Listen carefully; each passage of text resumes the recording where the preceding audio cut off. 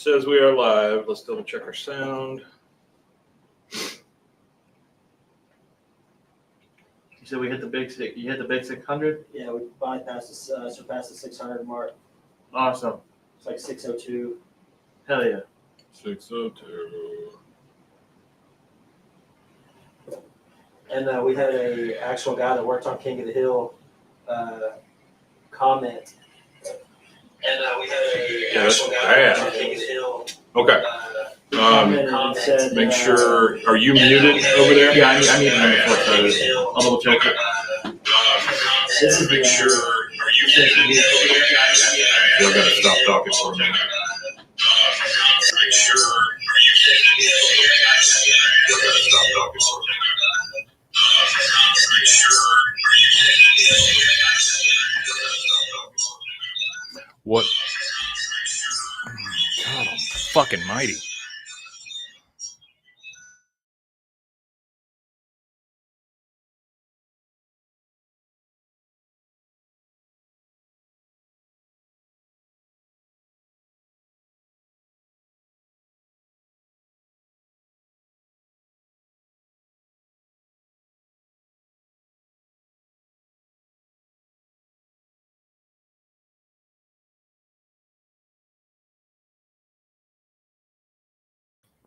One, two, three. 1,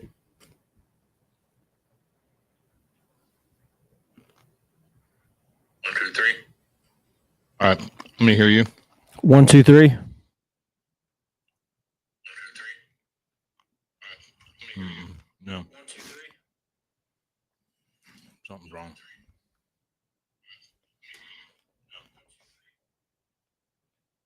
Okay, so for his mic settings, you said it needs to go to Internal, the microphone array. what's that? Oh, is it? Yeah. Internal. The microphone array. Yeah, whatever the internal is. Oh, is it? Internal. See, we're getting an echo. Here from somewhere. Is yours on? Is what on? Is yours? No, nothing's on here. Yeah, it's muted. What's the phone? No, I don't have anything on my phone. Something's not going. No, I don't have anything on my phone.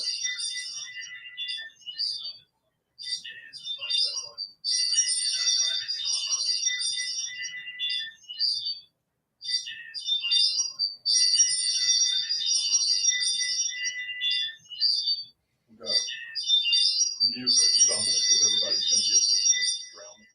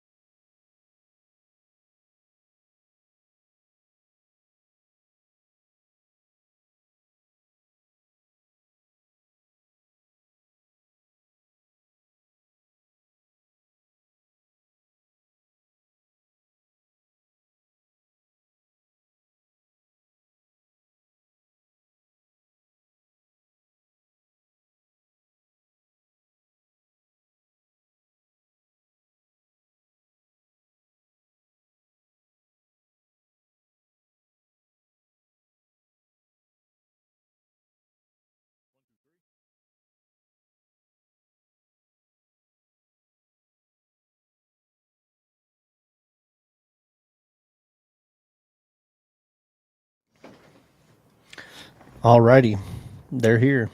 He says. Is this on? Give us a thumbs 1, up 2, in 3, chat 4, if the 5. audio's good. Okay.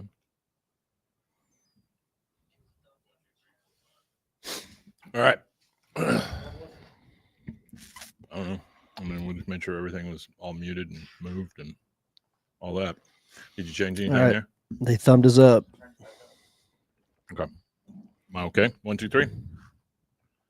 1, 2, 3. 1, 2, 3. 1, 2, 3. Nathan, can you hear us?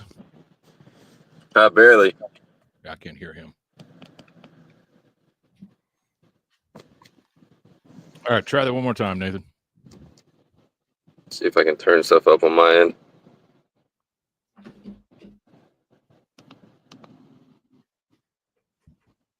Go ahead and talk if you don't mind.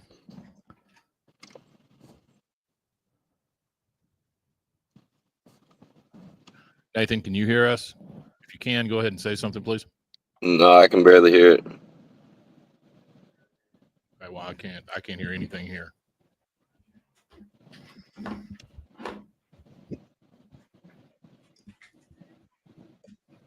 Because I'm not plugged in at all. Let's go into the headphones.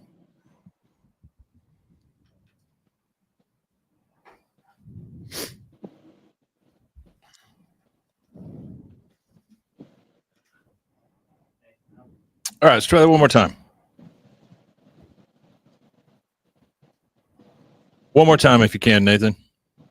Can you hear me? Yeah, now I can. That's great. That's great. Only thing is, I don't guess Rusty can hear you. Hang on one sec, okay?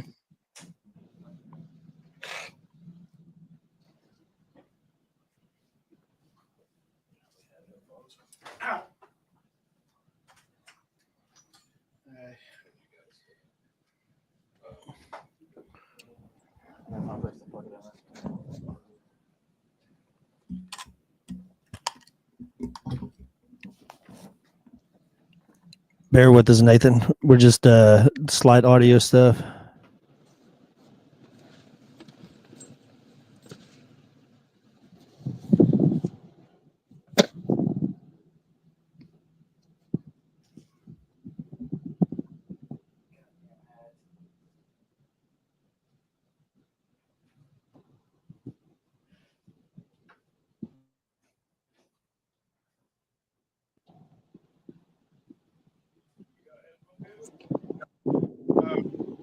We have the blue one. I'm trying to see where it goes to.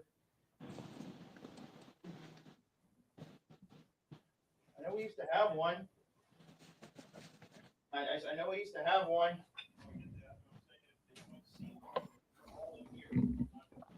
Oh, God.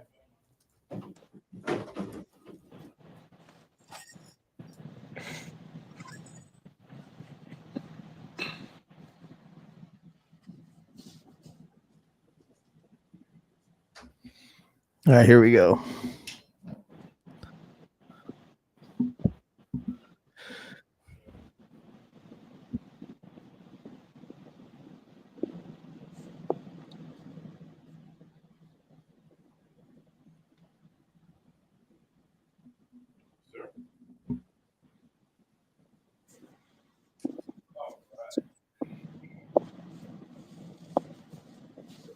All right.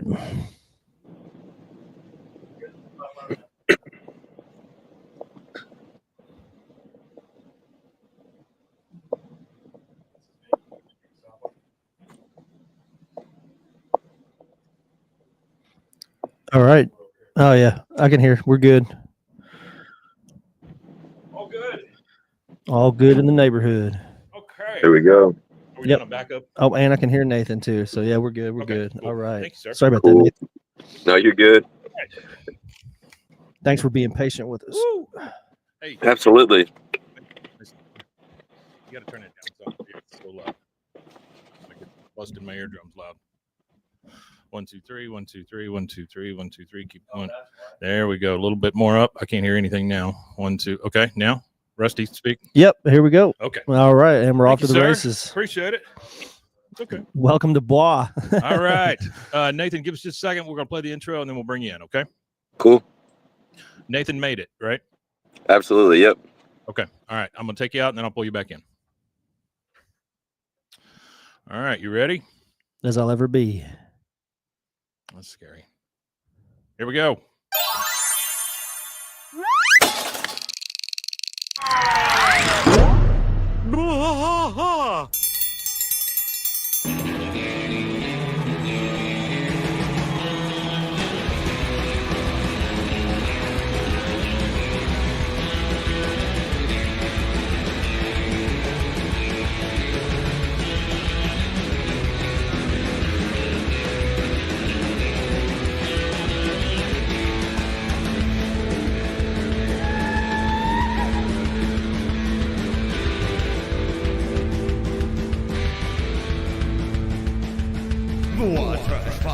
through the night, deep in the heart of Texas.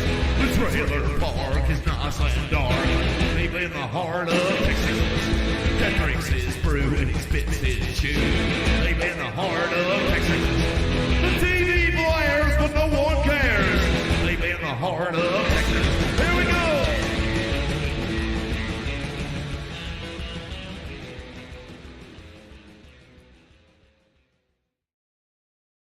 Hey there, everybody. Welcome to bwaaa, King of the Hill podcast. I'm Mike. and I am still rusty. He is still Rusty. I'm going to make one change here, Rusty. I'm moving me to one side and you to the other side. Now, when I look this way, Oh yeah, it looks like I'm looking at you. it looks like How I'm about looking that? at you. There you go. Okay, so welcome to Friday. Yeah. That Ain't Right Friday. And That on ain't right, Fridays- boys. Fridays we do things just a tad differently, and this Friday is no different. We have a guest. Yeah, I've been. Tell me how you found this guest. And I've been on how this the happened. guest. I've been on a hunt for guests. A hunt for guests. This guy here is an artist, Uh-huh. graphic artist. He does a lot of, I guess it's computer graphic art, and digital art. Yeah, computer graphic art. That sound like a boomer over here.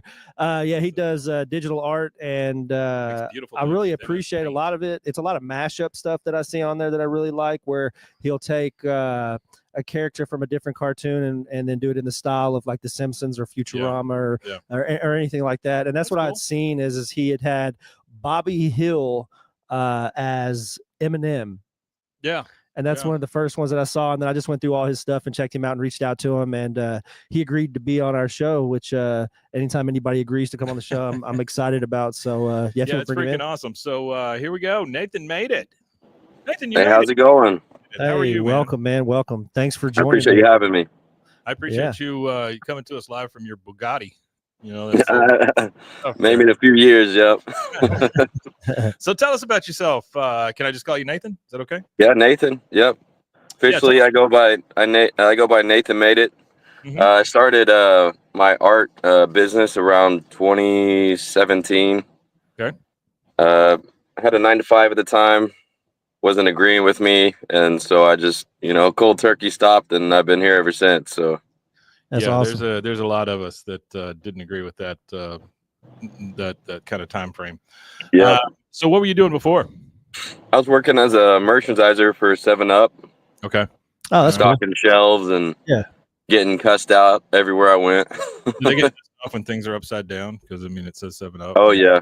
You're right there. Everything, all the labels had to be turned. If it wasn't, then you get called back to the store. Didn't matter if you were 2 hours away. Yeah. So Yeah, that stinks. so how did you get into art like as a whole, and how did you get into doing the style that you do? Because How'd like you get in the art hole? like I explained to In everybody our hole. you on that you do a lot of mashup stuff. Like Yep. the one that I saw that made me reach out to you was Bobby Hill as Eminem. I thought that was the funniest thing ever. And yeah, so how did you get into doing all that kind of stuff, man? When I first started doing art back in 2017, I started putting random artwork on ugly Christmas sweaters and posting them on Etsy. Oh, okay. And a lot of the biggest hitters were like memes and random, very relevant material. And so I'd start to put like SpongeBob, mixed with that, top trend. And then people were like, this, that rapper guy, that young guy or whatever. The rapper guy. I can't remember his name. I don't know. I can't remember his name, but I know who it is. love I not know being- exactly. that 1900 Rugrat. Yeah. He did a song with BLP Kosher. Yeah. Yeah. Like, BLP Kosher, sure, Yeah. of course. Hey, so Nathan, where did your art style or your want to do this come from? Like, have you drawn and I don't know, created since you were a kid, or did this just come out of nowhere? Yeah, because like the earliest I remember like doing artwork, I was about 3 years old, and I would draw the pictures, and I wanted to write children's books. And so I was like, "Mommy, can you write the words?" Oh wow! Yeah, and then so Do you from still there it just kept going. But do you still want to do kids books? absolutely, I have a children's book that has been on the back burner since about 2011, but I have every intention to go back to it. Yeah, sure, awesome. Yeah. sure. What? Give us a preview. What's it about? It's about a giraffe who lost his spots. Oh, and he's going all around trying to find him. And you know, write this down so I can steal it. Hang on. Yep, there you go. Or just rewatch the whole thing, and you'll see. Well, I guess that is a little smarter. I just get the transcript. Yeah. Yep, there you go. Well, that's cool though, man. I mean, I hope that you get around to that. Absolutely. How would you use if you illustrate it? You said what? What kind of style would you use if you illustrated? I mean, a lot of kids' books end up with like watercolor and things like that. But what do you think yours would be? It's kind of like a mix between like Dr. Seuss and like Tim Burton. Okay. Yeah, that's awesome. Yeah, but that's still with like more of like my cartoony parody style. Yeah. That's awesome, man. Yeah, I am I'm an ex-art teacher, and there you go. I love to draw. I hate to paint. Same. Like that. Yeah. Paint just does not, it won't do what I tell it to. And so I stay away from it. But, in it being in the classroom and stuff, you ended up painting and watercolors and clay and all kinds of stuff. So, I mean, I've got experience it all. Me and a pencil agree, Yeah. A Sharpie has never leaked on me. I mean, I have to try real hard to get a Sharpie to mess up. Knock on wood, but yep. That's right. So what's next, man? What are you going to do next? Right now, currently, I'm working with an artist. He goes by the name of Kickstradamus. Okay. And I'm working on one of his exclusive comic book series. And so I just dropped my first comic book cover with him about a week or 2 weeks ago. I flew out to California. Very nice. And then we did a whole release party for on Whatnot. We streamed it and auctioned all the books off. No, that's awesome. Yeah, that's so I actually co-host another show called Bros, Foes, and Heroes, and it's all about comics. That's awesome. I'll get your info from you, and maybe you can bring him on with you or something. Yeah, for sure. Yeah, that'd be great. Okay, so tell us about your Why King of the Hill. I mean, I've always been a fan ever since I was a kid. I always liked the artwork, the line work, the artistry of it, and the very comedic sense that it brought. And just Mike Judge in general. Was one of my all-time favorite animators, creators. So like Beavis and Butthead and King of the Hill were my go-tos every time. Those are big ones. Yeah, that's one of the things we talk about a lot is the animation director Wes Archer, the guy that does all like in the pilot episode when there's like the cinematic pan or whatever over the whole town and stuff like that. That's one of my favorite things about King of the Hill too, is those like scenery shots where it's like the camera pans and stuff like that. You can see like little parts of Arlen everywhere. Shots, yeah. It's a great show. What's your take on the reboot? The reboot, yeah. Or the redo, the revival, or the continuation. See, my thing is kind of like when they have reboots, like it can go, hit or miss. Like they brought back Futurama, and I've, seen nothing but mixed reviews on it. Some people are like, yeah, I just like my show coming back. But then other people are like, you should have left it dead, Yeah. And so I feel like if they do it right, do it correctly. Yeah, we don't have the voice actor for Dale anymore, rest in peace. But, I think that with the right storyline, the right team, and the right, message that they're trying to get across, I think that it could be something memorable. Yeah, that's one of the things that I think that's going to be good about it, is that they are bringing a lot of people back from it. I Instagram chat with Wes Archer back and forth sometimes, and the reason why I've never been able to get him on the show is because about the time that we had started this podcast was about the time that they were getting ready to start up doing stuff for the show. So he's like under NDAs and couldn't come on. Oh, yeah. That's the one thing that I think is going to be like in their favor, is they are bringing back a lot of like the OG people that produced and animated and all that from like the earlier parts of the show. So I really hope that them bringing those guys back is like a buffer from all the bullshit. I hope that they kind of like keep it on track kind of thing.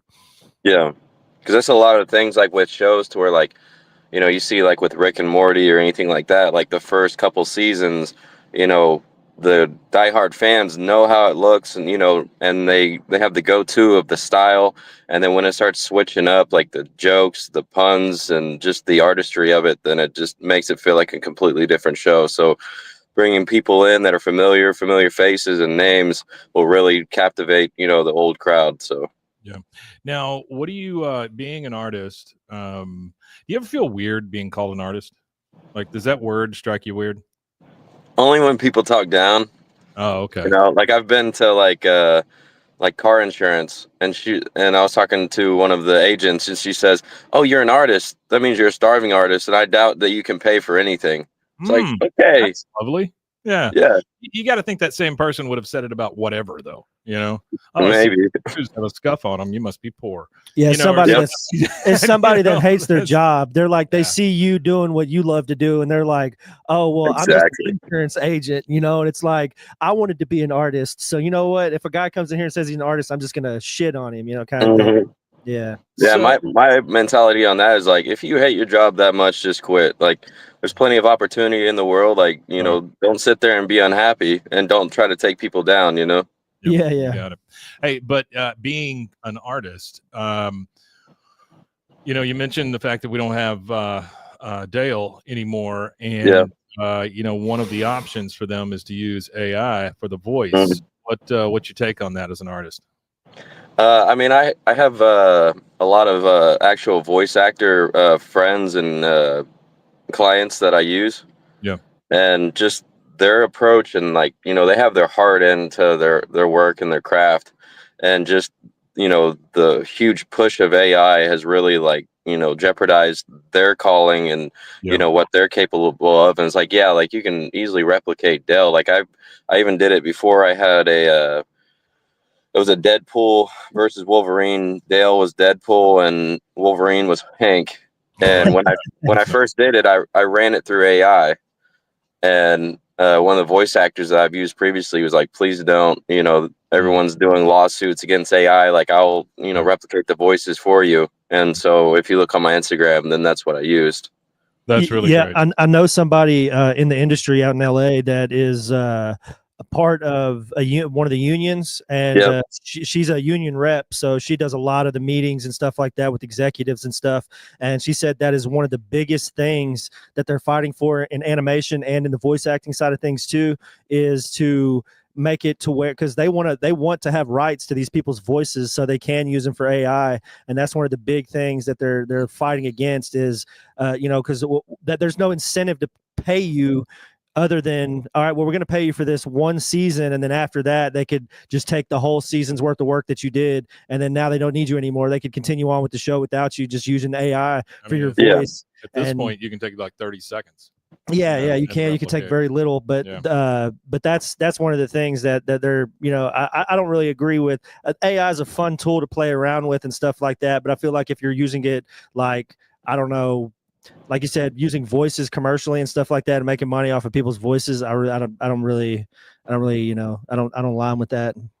Yeah, because I mean, when I did that one SpongeBob mixed with the rapper, I did AI for that, but it's like, I'm not gonna get anyone that can sound like Tom Kelly.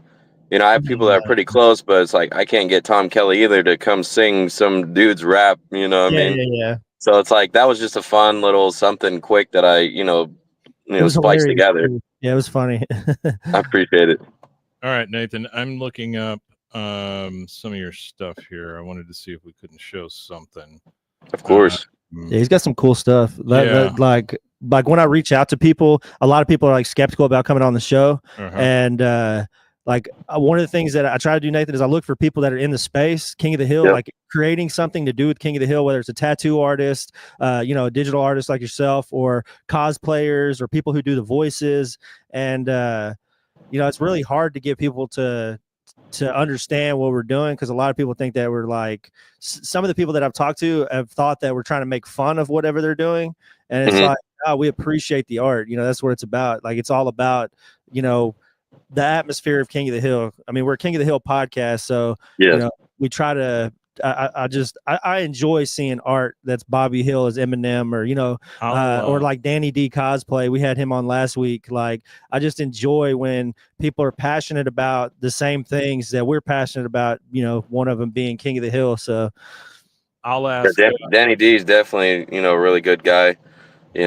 I've been friends with him for a while. We found each other on Instagram. I follow his work on TikTok. So That's Yeah, really yeah. like his cosplaying and all his little thread videos that he does is Bobby.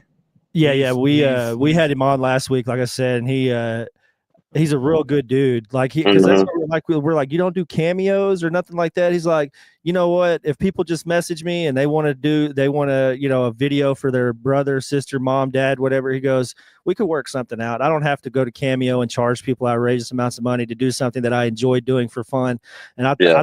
I thought whenever he said that, I was like, yeah, this dude's top notch. Like to Mhm. not exploit it any further than just having fun with it and being a hobby is a rare thing, in Yeah. today's world, because everybody's looking for the dollar bill, and the Mhm. fact that he'll just do stuff like that just because he enjoys it is pretty cool. So I'm going to ask Mason to put this up and maybe a couple more if he can get them. But like you can see, I showed it a while ago. That's Yep. Hank as Woody and Bill as Buzz Lightyear. That's I pretty really funny. enjoy that. Yeah, that's my good. kid really likes Toy Story, so that's kind of funny. Yeah. I will Yeah, tell I you. even had one of my voice actors. He went and he was going down the list of all my my posts, like my art and stuff, and he was just doing like back-to-back voice acting and through Instagram messages, and that was one of them that he did, and I spit my drink everywhere. I will tell you the one that creeps me out the most, I think, Nathan, is this goofy Mike Wazowski mashup. Don't that one's gonna haunt my dreams. I'm not Yep. super crazy about that. That one That was a suggestion from TikTok. Someone said you can't, and I said, all right, I'll do it. nice. Nice. That's pretty Tell good. me about these things, like where it's a series of characters. You Oh, you yeah. have 9 of them different. Yeah, I first started. I'm a really big fan of the show The Boys from Amazon Prime Video. Great Yeah. show. And I had a lot of people saying you should draw Homelander. You should, and I had different people saying different styles. So I said, okay, I'll just draw, a bunch of styles. Mhm. And then so I looked up to see if it was like something other people were doing, and the most popular thing was 9 different styles, and that's where it started. I started just doing every single character from The Boys, and that took off. And These are then really well done, dude. I mean, these are I that appreciate it. Mouse one. That Mickey Mouse one is something else. I think it's awesome. Okay. Well, I would love to get the word out for you. So if you can give us places where people can find you and how they can reach you. Yeah, definitely check out my Instagram. That's probably the best portfolio you can find for my work. It's just at Nathan Made It. Right. I'm also on Facebook /Nathan Made It, TikTok at Nathan Made It. I got YouTube channel. You just type Nathan Made It too. Is Nathan Made It for your Whatnot as well? Do you do stuff there? Or Yeah, I got Whatnot on there too, and then I'm on Etsy as well. It's Nathan Made It Shop. Okay. Man, I'm kind of digging this. Yeah, I might be making a purchase soon. I like. Perfect. I'm real big into Etsy. Yeah, that's awesome. I like supporting creators. I'd rather go to Etsy and support a creator than go to Amazon and support somebody who's just screen printing other people's crap on t-shirts. Mm-hmm. I'm liking these shirts, man. These are very nice, very nice. I appreciate it. And they're like $22. It's not outrageous. No, that's not outrageous. It's worth it. I'd pay $40 for some of that artwork on a t-shirt. See, that's what happened when I was doing ugly. You said what? I said you heard that from him. He said he'd pay $40, so make sure you charge him. I'm gonna upcharge you then. No, but when I was doing ugly Christmas sweaters before, I was designing all the designs, in house, not replicating anything. I had some screen grabs of like Chris Farley or something like that, but everything else was completely graphically designed by me. And I put them on Etsy. And then there was one day that my brother said, "Hey, you running Facebook ads?" And I said, "What are you talking about?" And he showed me the link, and someone stole every single one of my designs and put them on their website. Yep. I calculated just on one design, they probably made about $15,000. Oh man! And then everyone was questioning the credibility of my work. And then that guy started going to Etsy and reporting my stuff, and I got banned on that account. Oh my gosh! Wow, that's awful.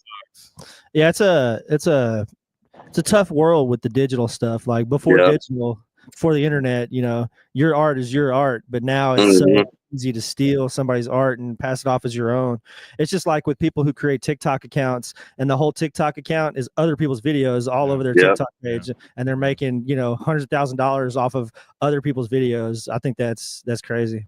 Yeah, and there's like all the gurus too. They're like, you want to make $100,000 a year? Like, watch what we do, and we take people's videos, and then, you know, have people put the video together in, you know, a foreign country, and, you know, make all this money. It's like, you're not doing anything, but you're exploiting all this work. You know what I mean? Yeah, I just don't agree with any of it. Yeah. Well, Nathan, thank you so much for joining us, man. We really appreciate it. Yeah, we appreciate it. Absolutely. All your work, and would love to talk to you again down the line. And if you got anything big that comes up or comes out, let us know. Okay. Absolutely. Thanks for having me on. It was a pleasure. Yeah, brother. Appreciate it, man. And keep your ears up. I'll hit you up for the comic book podcast. Sounds good. I appreciate it. All right, man. Yeah, no worries. Appreciate you, buddy. All right. Take it easy. See ya. Well, that was nice. That was fun. Yeah, great guy. I like guests. Very, I do. I love having guests, especially talented guests. Yeah. It's good to have passionate people. That's what I like. I like people that are passionate enough that he quit his comfortable 9-to-5 job to dive into his art. Crazy, so huh? I like that. It's I love amazing it. what happens when you take a chance. Yeah, it is. All right. Well, thank you everybody for joining us on Friday. Anything you want to bring up? Tell them where they can find us, I guess. Yeah, you can find us at bwaaa.koth, and that's pretty much everywhere you get podcasts. Oh, I did want to say thank you to all 603, I think it is, 603 subscribers. So we're almost at the 1,000 mark. We're 497 away from the 1,000 mark. So if you're listening to this, please go find somebody, subscribe, pull them into your room, and hit the notification. Don't let them leave until they subscribe or something. Be great. Put them in the back of your van. Drive them to your nearest subscribe station. So again, thank you guys for joining us. We really appreciate it. Hey, by the way, go to TexasCreatorAwards.com. You can nominate anybody you want there, any podcast, any YouTuber. Had somebody ask me today about books and poetry and things like that, so I added an other category where they can vote on that. If you don't see the category, throw them in other, and then we'll worry about it when we do the actual voting. But nominations are going to stay open through, I believe, the end of January, and then 1st of February we'll open those up to actual voting. The award show will be March 2nd, 2025, here in Waco, Texas, at the Hippodrome, Hippodrome, and we're going to try to stream that live so that you guys can see it, and also do a great live event. If you also would do me one other favor, keep your eyes and ears open for 2 shows. One is called Holiday Stories. It's little 5-6 minute stories I read about Thanksgiving and Christmas and other holidays that pop up. They're great for kids. They're easy to listen to. They're super short. And then the second one, I had another one in mind. What I have in mind? The other one is another show. Go look at that one. That'd be great. That's really all I know. Swimmer's Ear. I guess you could go take a look at that. We've had some episodes out. Rusty's not been feeling great, so he's been sitting those out for the time being. He'll be back, and I guess that's it. We'll just I don't know. One more thing to say. Oui, Matanye. Oui, Matanye, indeed.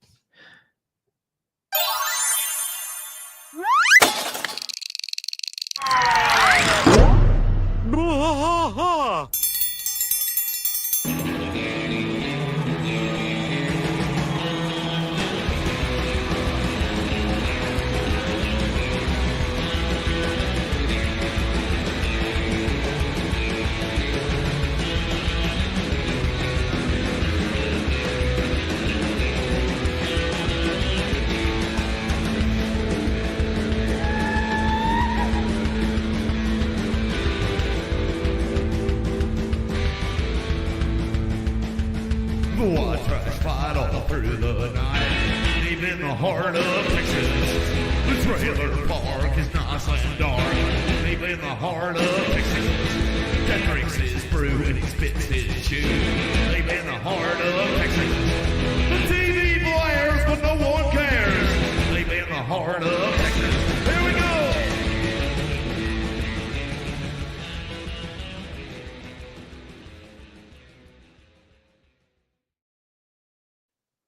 Hey, what's up? And welcome to bwaaa.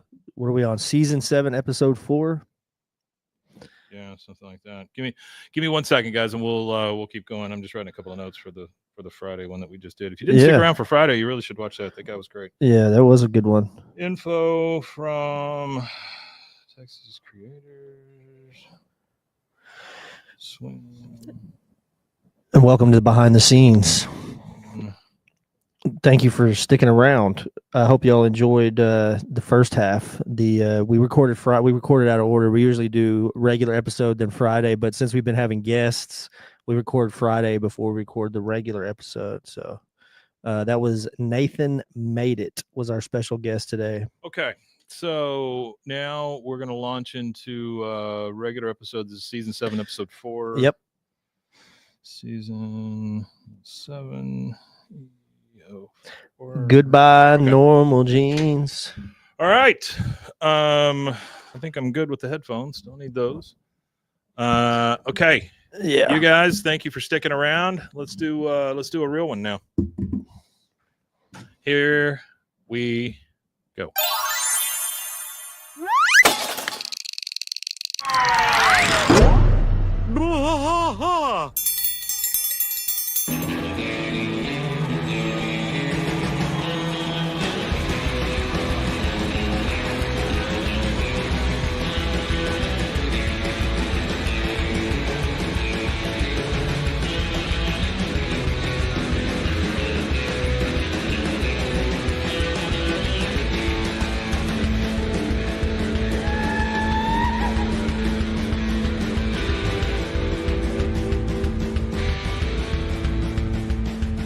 bwaaa trash fight all through the night, deep in the heart of Texas.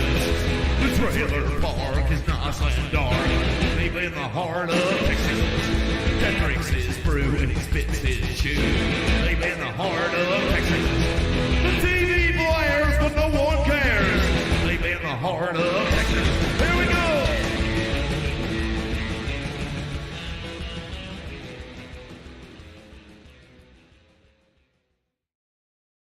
Hey, what's up? Hello. How are you? Welcome. to bwaaa. A King of the Hill podcast. I'm Mike, and that is Still Rusty. There it is, Believe Still it or Rusty. not. Still Rusty. I am Rusty. I'm going back and forth with my wife here. She, the poor lady, you know, her mom's husband passed away within the last year or so. Yeah. Her mom she's super lonely and stuff, you know. Yeah, She understandable. she just lives up in Georgetown, so I mean it's not that far away. So Suzanne went up there last night, stayed over, and she keeps sending me texts. This morning, the first text I got was, and now church TV, teachings of George Stanley. So she's going over every single thing. Stuff. Now they've gone to the Sprouts grocery store, her mother, and her sister. I wish we had one of them. And she just keeps sending me pictures of how now they're shopping for sweet rolls and things like that. She's afraid she's never going to be allowed to leave. So yeah, and the next thing you know, it's going to be Kenneth Copeland and Joyce Meyer on TV. I'm sure she already listens to both of those. Yeah, I just I feel bad for her, so she's stuck there. Yeah, I feel bad for her too. All right, here one of these days won't still be Rusty, and the world will slow down. Slow down. That's right. I was in a box. Thanks for being here. Artie, thanks for being here. I was in a box. Blah blah blah blah blah blah blah. Thank you for being here. Let's see. Let's look and see anybody else. Everybody's here. Those are the ones I see right now. now. The whole gang. We got a few more of those that are watching live, and we appreciate you being here, guys. Okay, we are here for season 7, episode yes, we are. Quattro. This actually is 6ABE01. Well, then I got a couple of artifacts here. Artie's cranking them out Let's again. Go. So Artie said the release date of this was 11/24/2002, which was his birthday. Oh, his birthday is the 24th of November, and then also we just missed his birthday. Then we say happy birthday. We said happy birthday again. We said happy birthday. It took us a while. We were midway through it, but we told him happy birthday. Okay. Also, this is a pretty cool fact. this is episode 129, and there's exactly 129 episodes after this. So we are at the middle. We're officially in the middle of 13 seasons of King of the Hill. Speaking so we're of, right smack dab in the middle. All right, you got any more? Because I got one more. Yeah, just Think real about quick. being in the middle. Yeah, just real quick. This the reference for this show is "Goodbye Norma Jean," which is a lyric for "Candle in the Wind" by Elton John. He wrote that for her. I guess it's a tribute song to her. He was probably It's a tribute song to Marilyn Monroe, and then it became a tribute song to Princess Diana. He used them for both. He recycled it. But yeah, that's it. That's it. How'd you like to die, and then you died later, and you get a recycled tribute song? And the whole world loved it. That seems, song went number one when Princess Diana died. Seems kind of shitty.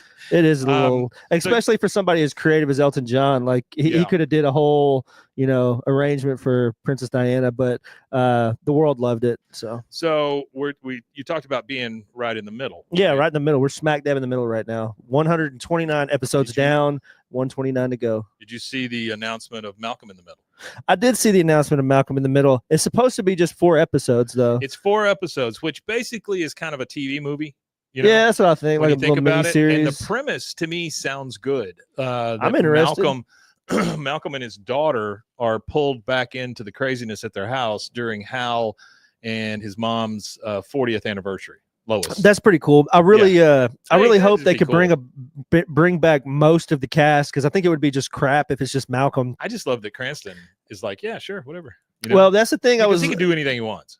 After Breaking Bad, he could literally do whatever he wants. Well, and then he did that Your Honor on HBO or Showtime or whatever. That was good. That was really good. Yeah, very good. That was very good. That's one thing that Frankie Muniz said, is that since the show ended, he said, "Please give me something to do." Yeah, well, he does race car driving and stuff. He was actually doing the NASCAR, not mainstream NASCAR. I can't remember the name of the lesser series. AAA NASCAR. No, there's like 2 big stock car things. One is NASCAR, obviously, and then there's like another series that's just right below the mainstream NASCAR.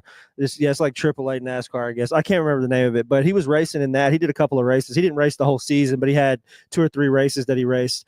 But one thing that he said about Bryan Cranston that shows kind of like the character of Bryan Cranston is that he said that since the show ended all them years ago, Bryan Cranston says he runs F1. Messaged him. Yeah, he does run F1. Bryan Cranston contacts him every 2 or 3 times a week, or every so often, just to check up on him, ask him how he's doing. That's really cool. He goes to his races. He goes to hit like events and stuff that that Frankie Muniz is doing. He's like, he'll show up to all Frankie Muniz's stuff, and if he's doing an event or anything like that, he's always shows up to it. So I think that's really cool, because you hear a lot of bad things in the industry about childhood actors and stuff like that, and stuff that they go through, and it's cool to see that somebody was looking out for the kids that was on that show.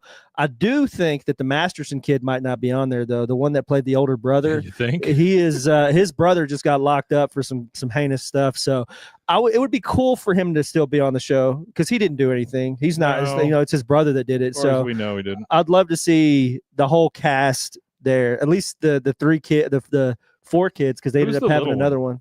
Who's the little one? Yeah. Well, they had Dewey. He's the one I'm talking about. But they also had another one. They had a baby. They had 4 kids in the show, because they had a baby, like a midlife crisis baby. So in this show, the baby would be in their 20s now. Yeah, Frankie's like 40, and so I don't know. I think it'll be great. I'm interested.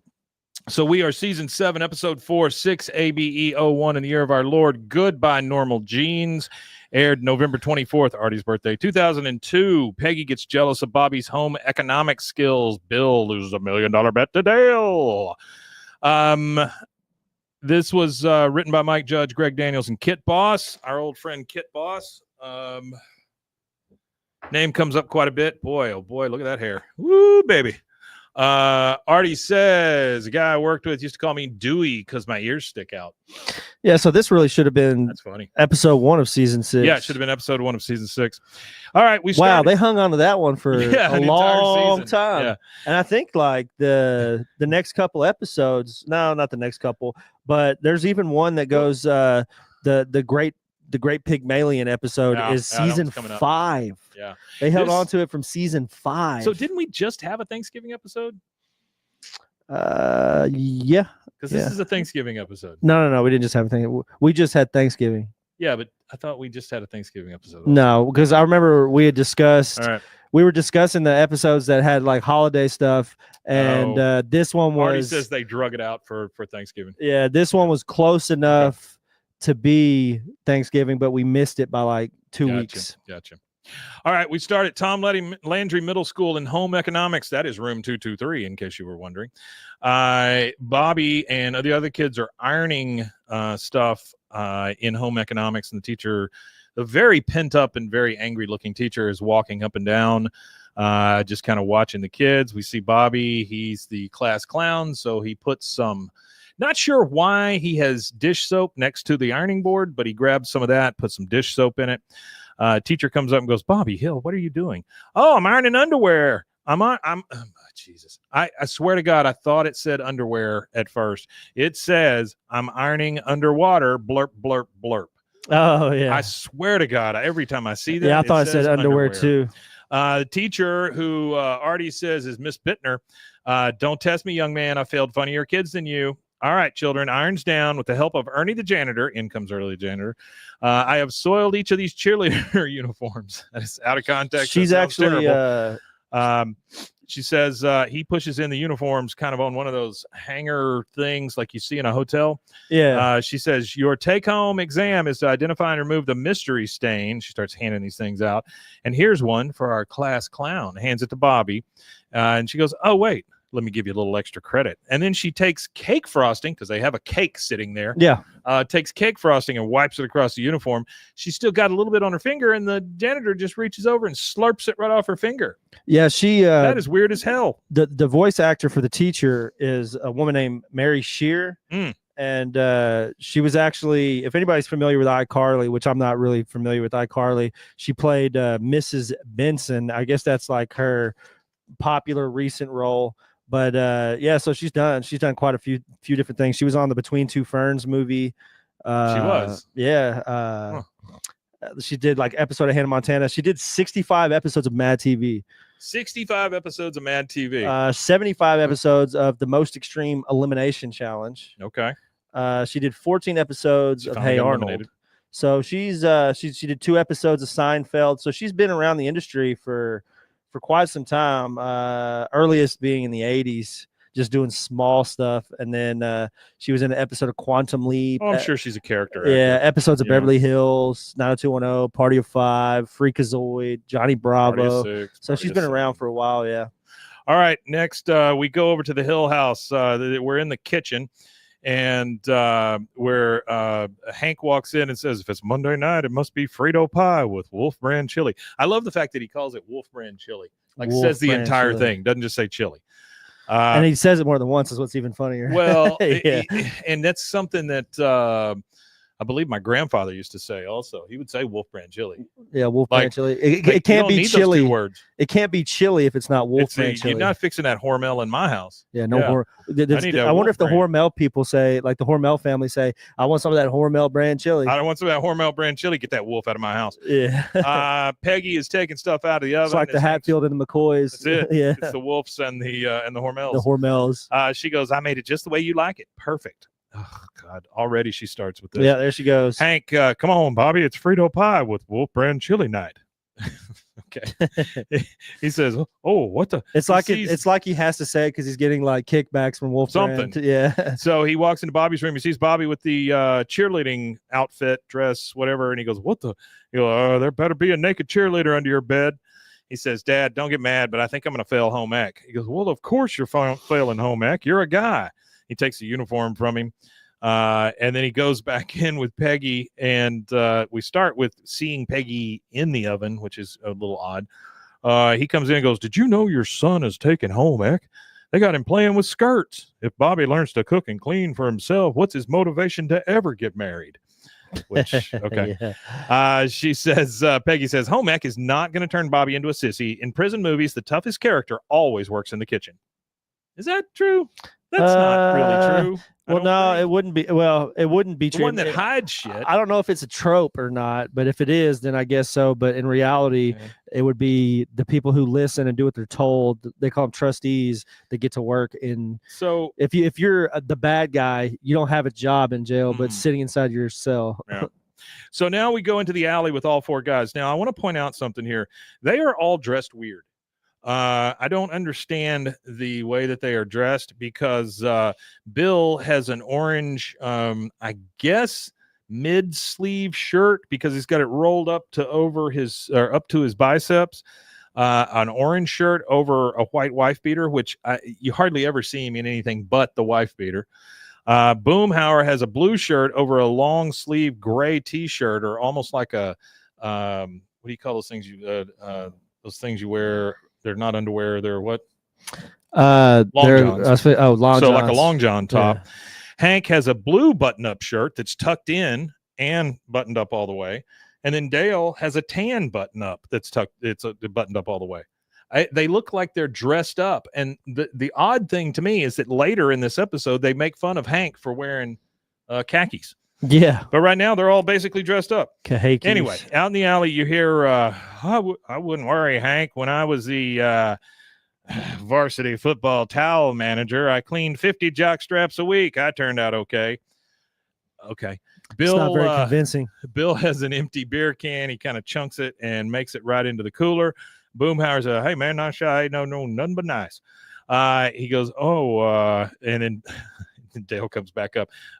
Please, when I was the varsity football towel manager, I once slingshot a jockstrap into a laundry hamper from 50 yards away. Okay, whatever. He goes, bet you can't do that again, talking to Bill. I go, you're on. And then he wads it up. He kind of worries about it. He shoots it too high and he misses. And he's like, you choked. You owe me $1 million. Choker. And then he starts choking himself and then finally gets it all straight, looks at him and says, choker. Peggy and Bobby are in the garage with the washing machine, and he's going to try to get those stains out of that cheerleader uniform. He says, Dad says that men install washing machines. They service washing machines, but they aren't supposed to use washing machines. Peggy says, please, there's no rule that says only women can do housework and only men can have careers. I can do both. I am what the magazines call a superwoman. Bobby says, I like Superwoman. She goes, Bobby, thank you. Now let's take a look at your homework. When we're done with it, this stain is going to wish it was still on some cheerleader's lunch. First, you blindside it with pre-soak, and she squirts it. Then you sucker punch it with some hot water, and she puts it in there, and she pours on the hot water. And then when it's begging for mercy, you rip off its head and pour bleach down its neck. Finish it off, Bobby. Are you going to let that stain call you a sissy? He says, no, and he hits the button and starts it. When she's doing that, I'm thinking, why are you putting all that bleach in there? Yeah, that's gonna eat some wear it out. It will wear it out very bleach quickly. Is not, especially being colors. Why would you bleach colors? Next morning, we wouldn't expect Peggy to know too much. Arthur talking about the can with Bill says he should have had Dandy Don Merida throw it. Yeah, that's a good callback, Artie. You didn't even take off your jacket. Next morning, they go out into the garage. They're going to check out the uniform because it's been washing all night, I guess. I don't know. And he goes, I know it's not even Thanksgiving yet, but it feels like Christmas morning. And then they open it up, they pull it out, and the thing looks horrible. It's got chewed up. Yeah, it looks like it was There's still in stains a rat's on nest. it. He goes, well, it's full of holes, but you did get the stains out of mostly. Looks in the washer. This is when it happens. Peggy goes, Bobby, these are your father's dungarees. And she pulls out blue jeans with holes and bleach stains all over them. So I love that she calls them dungarees. Artie said that we find out here that he had holiday dungarees, which is an odd thing to have. Like, I understand grandma having an apron or mom having an apron that she wears for Thanksgiving. I think he only has one pair of pants. One pair of pants. That's the way I looked at it. Yeah, like probably. He had one pair of pants. This is the only pair of pants he wears. So they go inside. This is a couple minutes later. How could you, Peggy? Now, what am I going to carve the turkey in? My underwear? Not with an electric knife. No, sir. She says, even world famous surgeons do not get it right 100% of the time. They make mistakes, Hank. People die. We are human. It's okay. That's rough. All right, now we're back in the class. The teacher is circling stains and giving them grades and stuff. And Bobby comes up to her, Miss Bittner, I'm not going to lie to you. I don't think I heard one thing you said all year, especially whatever you said about bleach. Can you help me fix my dad's pants? And the teacher says, he can't wear one of your clever jokes. Okay, lady, we get it. That's good. That's good. Bobby says, please, Miss Bittner, I've never asked you for anything other than sugar. Now we're in the alley, and my wife says that she just spent 15 minutes pulling a wire out of her sister's tire in the parking lot. Just keeping y'all up to date as to my wife's adventures. So we're in the alley. Hank comes in wearing khakis because he doesn't have his dungarees. And then here they go. Dale says, oh, fancy. Hey, Hank, how's it going at the bank? Hank says, oh, how the hell should I know? It was on a fiscally related note. Bill, where's the $1 million you owe me? And Bill looks at him and says, oh, right, Dale. Yeah, suitable for framing. There you go. 1 million. Writes him out a check for $1 million. Big mistake. I guess I'll have to sell my private island in the South Pacific, huh? He goes, you never go anyway. Now we're back in the kitchen. Bobby is, you can tell he's really getting into it because now he's wearing that measuring tape around his neck. Yeah. You know? He says, Dad, would you like to wear jeans to work today? He goes, oh, you know I would. He goes, look what I got. I got a bolt of denim from Miss Bittner. I used your old jeans as a pattern. I fired up Mom's sewing machine. And he has sewn him an entirely brand new pair of jeans. Can you even imagine the work that goes into something like that? It's not, easy. I can't imagine that Peggy had the needles and stuff that are strong enough to do that because they take reinforced needles. Well, because it's denim. Yeah. Well, I feel like Peggy would have a lot of things to do, a lot of things that Peggy can't do. She just can't do them very well. She just can't do them. It's like people who have ADHD who jump from one hobby to the next hobby to the next hobby to the next hobby, and they have money to do it. So it's like I know a lot of people that wanted to get into streaming and they spent like $3,000 on streaming equipment, and the next thing you know, they're on Facebook Marketplace trying to get rid of it because they don't know how to use any of it. So I feel like this is something like that. Like Peggy, she might have this badass sewing machine with all the accoutrements, and she doesn't do anything with it. Well, having said that, she does say, my sewing machine? No, it can't make seams this straight. Well, no, it can, Peggy. It's you. And Hank says, well, I guess it wouldn't hurt to try them on.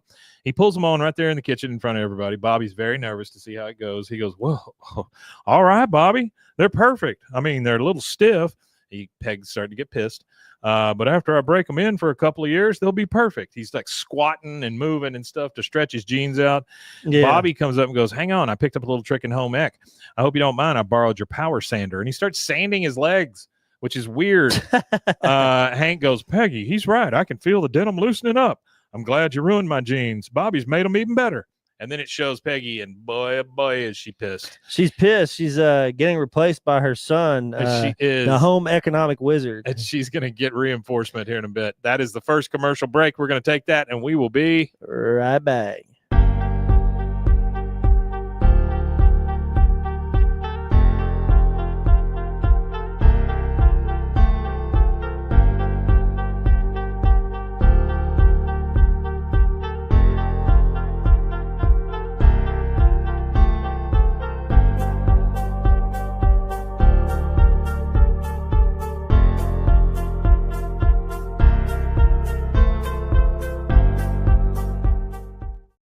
to figure. Hey, there we are. We're back. What do you know? We were just talking about lighting. Yeah, my lighting is a little weird. I'm going to need one from underneath, I think. I don't really care what I look like necessarily. It's just that we've got sports guys coming in tomorrow, and they, as a matter of fact, we have so much. Here's how much they care about their appearance. They bring their own makeup bags. You know who you are. All right. Wow. Well, those are real deal TV guys, though, right? Yeah, like ESPN, all that kind of stuff. They are. Yeah, I got to get a makeup person. I would never participate in that type of activity. I don't think. What, putting on makeup? I mean, if I was in professional TV, Yeah. but doing what we do, I don't think There's I would no reason for it here. ever see the need for it. You know, I've been watching streamers since like Justin TV, and none of them wear makeup, and they all have good lighting, and none of their faces. Do you know they don't wear makeup though? I'm pretty sure like these guys could barely wash their ass, some of them, so I highly doubt they're wearing makeup. All right, so we were in the Hill kitchen, Hank and Peggy, and they're coming in with groceries. Bobby's already in there. He's cooking or whatever. As they come in, Hank says, Bobby, 8 hours and no chafing. I know what I'm leading off my Thanksgiving prayer with. And he's talking about the jeans he made. Yeah. Peggy just rolls her eyes. Bobby says, 2, 3, 1, mark, buns in the oven. And he throws some bread into the oven. He goes, oh, you're not just sewing in home ec. They got you cooking too? Huh. You know, I hope you don't mind. I opened a bottle of your wedding wine to marinate my pot roast. Their son, who's 12 or 13, just opened a bottle of wine to use on the pot roast. Which this episode to me kind of alludes to what we could look forward to in the revival, because in the revival, it's true. He is a cook, a chef. Yeah. So we get to see a little bit of that here. Bobby is sewed pants. He's put the buns in the oven.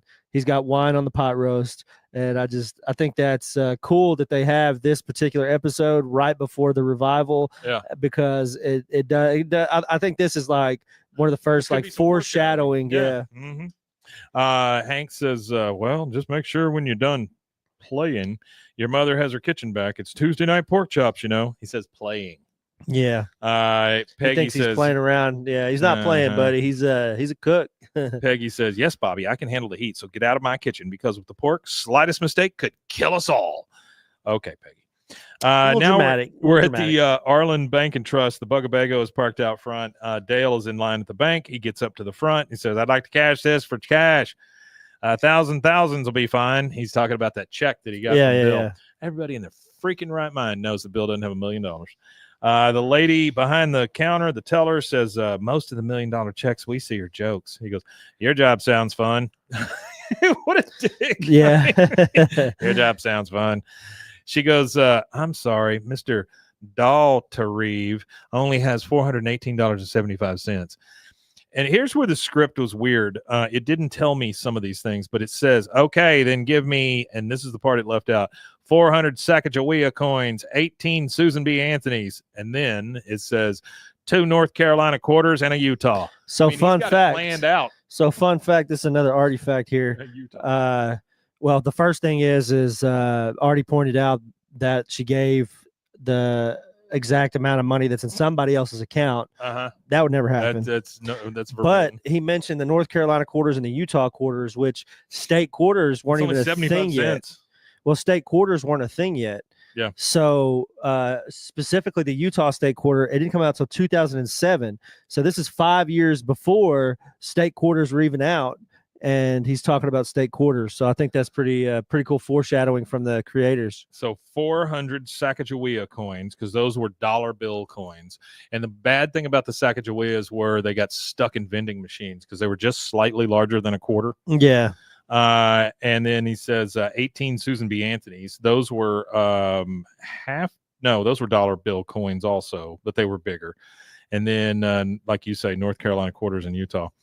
All right, so now we're at the Hill House, and they are sitting down eating very gray, what looks like very dry pork chops that Peggy has made. And Hank says, yep, tastes like Tuesday. She says, thank you, Hank. I don't think that's a compliment, but all right. Bobby pushes a pot roast in front of Hank, and this thing is beautiful. Sorry to interrupt you. Yeah, no, you're fine. Artie corrected me. So some state quarters were out, but specifically the Utah quarter wasn't out at that time. So, okay. All right. Well, I mean, I think we knew it was coming out. That was the thing, right? That they knew eventually it was going to happen because they were doing the 50 state quarters that time. I remember because my dad collected all of them when they were coming out. He would go and get a roll of them or whatever. So as Artie says, Hank really chokes down this piece of dry pork. But Bobby pushes his pot roast in front of Hank, and then boy, it is beautiful. It's big. It looks good, juicy. Yeah, it's got all the stuff on it. Hank says, say, that smells pretty good. He goes, oh, thanks, Dad. Could you sign this form saying I cooked it myself and it tasted okay? Hank's like, yeah, I'll help you with your homework, of course, because he can eat. So he cuts a piece off and he eats it. Peggy starting to get pissed again. Hank, you will spoil your appetite. He goes, no, it's okay. Let's eat Bobby's pot roast now while it's still juicy. Your pork chops will be just as good tomorrow. Ooh, that's a hit. Yeah, it's a hit. Well, that's a hit, and he didn't even mean it. That's a hit. When he was eating that pork chop bite, he was like, it was a tough eat. That's why it tastes like a Tuesday. So, and that's the thing here. This is the shitty Peggy stuff again. Is if your kid is better than you at cooking, encourage that. She's like trying to detract because she can't cook good and Bobby can. She's trying to take away from Bobby's ability to be able to make better food than her. My son always wanted to cook. And I love my son, but he's not a good cook. He always wanted to make that chili spaghetti, and that sounds awful. I'm just not a big fan. I'm not a big fan of the chili spaghetti. It's and it's probably because we used Wolf Brand or Hormel chili, and just spaghetti. That's really all it is. It's chili, spaghetti noodles, and some cheese. Well, spaghetti is good. Like bolognese is good. Bolognese actually requires 3 different types of meat. There's 3 different types of ground meat you're supposed to use when you make a bolognese. I mean, there's or someplace like that where they eat a lot of chili spaghetti. I've never heard of chili spaghetti, Indiana, and something like that. It's like chicken spaghetti to me too. Like I'm not chicken spaghetti. I get because there's other things in it. I get it, and it's good, but I hate when people use a big block of Velveeta for it. Really? Like that's the thing. The Velveeta dip? I don't like fake. I don't like fake process. I do not eat Velveeta, and the reason why is what's wrong with your stomach? Is Cincinnati. That's right. You got it. Cincinnati, and the reason why is because it's not even real cheese. It's not even cheese. Mm-hmm. Doesn't have any dairy in it whatsoever. I like even with macaroni and cheese, the powder mix and all that, can't do that either. Really? So whenever my wife makes anything that has cheese in it, she does the roux, does the whole cheese thing, and like makes it the way like macaroni and cheese is supposed to taste. I feel like, yeah, I don't know. Like, says don't use I feel like that's what's wrong with a lot of people's diets is all of the fake processed shit. Velveeta's not even legal in Europe. Oh. They can't even sell Velveeta in Europe. Well, that's what now we know what's wrong with Europe. She says, no. Wednesday is Spa Peggy and Meatballs Day. You can't have pork chops on Wednesday. That would throw off the whole rotation. Wednesday. Whoa, like Wednesday. She's just really pissed off at this point. Yeah, she's not too happy. Peggy's mad because Hank just keeps on eating. Keeps eating it. I would too. It's good pie roast. Thanks, Bobby. All right. Why would you not eat something that tastes good? Like that's what I'm saying. It's like if it's better than what's there, why would you continue to enjoy what's not good? The other thing is the tone deafness of Hank because he does not even understand that he is insulting her. No, he doesn't. He doesn't understand that he's insulting her at all, and that's what's funny. Now we've got Peggy sitting over at Nancy's. These are the only lines from Nancy. She says, Peggy says, "You would not have believed it, Nancy. He ate that pot roast like it was my pork chops, and my pork chops were sitting right there." She says, what you need, Shug, is an unfair advantage. She pulls out a copy of Ladies Monthly out of her purse, the magazine for ladies, and says, it's a library, so try not to get anything on it. Peggy looks at it and she goes, a homemaking magazine? Oh, no, thank you. I have never needed to, well, that is the most, she's kind of looking through it. She goes, well, that is the most beautiful Thanksgiving centerpiece I've ever seen. So that's funny. A home ec magazine. She falls into it real quick. Woman's World. Woman's World. Ladies Monthly. Woman's Monthly Lady World. Okay, we're back to the hills, and she is trying to make that centerpiece, and it is absolute garbage. It's not very good. It looks rough. Really rough. And when really I say bad. rough, I mean rough. There's twigs sticking up, there's grass everywhere, it just looks terrible. Hank and Bobby come in and he says, hey, Peggy, why is the table covered with yard waste? She goes, Hank, it is not yard waste, or it will not be when I get through with it. It'll be our stunning new Thanksgiving centerpiece made entirely of yard waste. He goes, ooh, don't touch it, Bobby. Those nests could be full of fleas and ticks. Peggy says, I love this part. Peggy says, not if you take the birds out. They'll build another nest. They're not going to let their eggs sit there on the sidewalk. God almighty. She has ripped birds out of their home. That's awful. And that's also like unsanitary as hell. She's got bird waste on the table. Oh. So they leave. Peggy keeps building, and she's scratching her head. So you're like, well, he's probably right. There probably That's are fleas and awful. ticks. That's disgusting. All right, next scene we see is we're at her hair, HERR hair. So as in the German for a woman. There is a hairdresser there who is obviously German. He's combing out her hair because he's getting all the nits and the fleas and shit out of her hair. Yeah. He goes, oh, okay, Ernst is done removing the parasites, but he cannot comb out the dark sadness that entangles you. What's up with that? It was Toby Huss, by the way. Oh, cool. Yeah. She goes, she says, Ernst, imagine if the man you love found someone else to cook for him and clean for him and make his pants. And this is, and then I'm just going to go ahead and put this in there real quick. She assumes this guy is gay. Yes, she does. She spends the whole episode assuming that She does. And that's why she says your husband and all that. Like, she says the man you love. She thinks he's gay because he's got a German accent. Well, he's a hairdresser. He's and he's a hairdresser. So yeah. He goes, who is this other woman? She says, the other woman is my son. He may be getting an A in home ec, but at what cost, huh? At what cost to me? Oh, cooking and cleaning and sewing. I did not hear you mention the boudoir.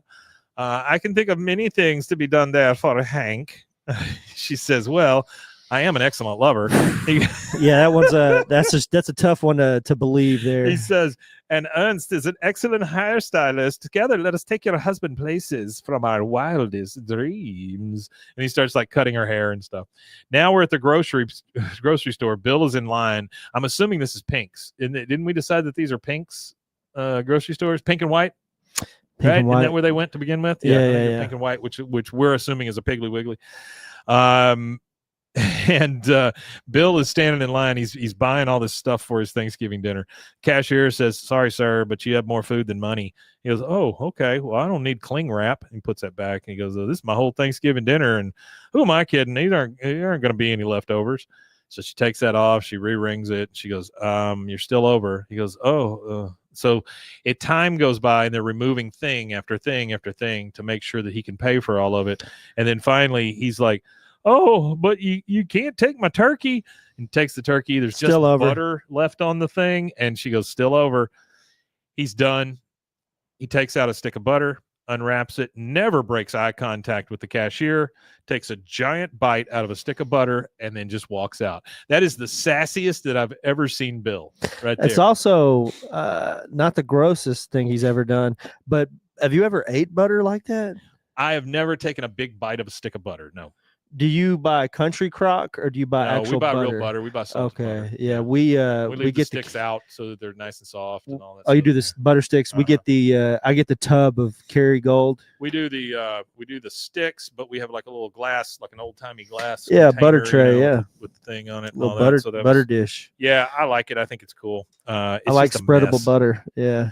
All right, so now we're in Hank's garage, and it's him and Bobby, and he's pulling a cozy over his saw. Now, if you don't know what a cozy is, think of, so you ever go into your great-grandmother's bathroom, and there's a cube of Kleenexes, right? But it's covered in something that's been knitted with maybe a doll sticking out of it or something like that, or I've seen it for kettles on top of it. I've seen them for kettles. Yeah, kettles, like things a kettle like that. cozy. Yeah. Not sure why you'd have them, but I get it. Whatever. I think a lot of that is it's very old, like school. a dust cover. Yeah. Okay. Like that was what my understanding of having a cozy on your kettle was, to keep your kettle dust free. Yeah, I've seen those kettle fires. Boy, they're big time when you get too much You dust don't on your want kettle. dust on your kettle. Yeah, you really don't want kettle. dust on your kettle. That sounds like a euphemism for something. I just don't know what it is. Artie said he likes the Kerrygold garlic and herbs. I've never tried that one, but Kerrygold butter, to me, how he eats that butter stick, I could probably do their butter like that by the spoonful. It's really, really good. Is that the one they fry at the fair? Fried sticks of butter. They do that? Yeah. Entire sticks of butter, deep fried in batter. And people buy it. People buy it and eat it. I'm guessing those people are probably overweight, mostly in Houston, high cholesterol, high blood pressure. I mean, because sticks and butter cause all those things. So maybe. Yeah. Probably don't have a left foot. Maybe missing some boy. toes on the right. Yeah. Okay. Speaking of feet, how are your feet? Oh, they're fine. They're good. You're good to go again. Your back's running 5 miles a day. I'm okay. I've been taping the one foot to the other, or taping the one toe to the other toe, and it seems like it's straightened out a little bit. Oh, there you go. I guess I'm good. All right. I still hurt like hell, but that's all right. So we see Hank. He's pulling a cozy over his circular saw. And Hank says, "Oh, this circular saw cozy fits great, son. But can we call it something else? Hey, how about a circular saw buddy?"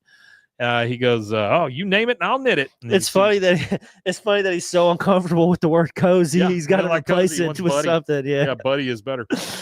You see Peggy pull up behind him. He goes, "Hey, Peggy, Bobby made me a circular saw buddy." She gets out, and she has giant ass hair. Now, very teased up hair. What I would compare this to is the lady from the B-52s. Right? Or Dolly Parton. Big hair. Best Little Whorehouse in Texas. Elvira. I mean, whatever. Elvira had big hair. Yeah. Stacked up hair, right? Very Texas. Very stacked up hair. Early 80s. Yeah. Very early 80s. Yeah. He goes, "Whoa, your hair looks great. It's so big." She goes, already said Miss Piggy. Yeah. Well, she goes, "Well, I hope it's not too tall to get through the bedroom door, Hank." And he says, "Well, the doorway's got a 7-foot clearance." I mean, he has no idea why she's saying these. There's a thing I read, and it'd be great for a Friday episode if I can find it again. But they were talking about Hank having autism. They were talking about Hank being autistic. I can see that. And that right there is one of the examples they used was this right here, how you'll tell Hank something, but then Hank's like, "Well, there's a 7-foot clearance." Like he just doesn't doesn't pick up on the social cue that she's trying to flirt with him. He's like, "Well, Peggy, I'm sorry, but that door's got a 7-foot clearance," So I think that's a good argument for it. That is a pretty good argument for him being autistic, and I'm somebody who thinks that we're all just a little bit autistic. Yeah, I think so.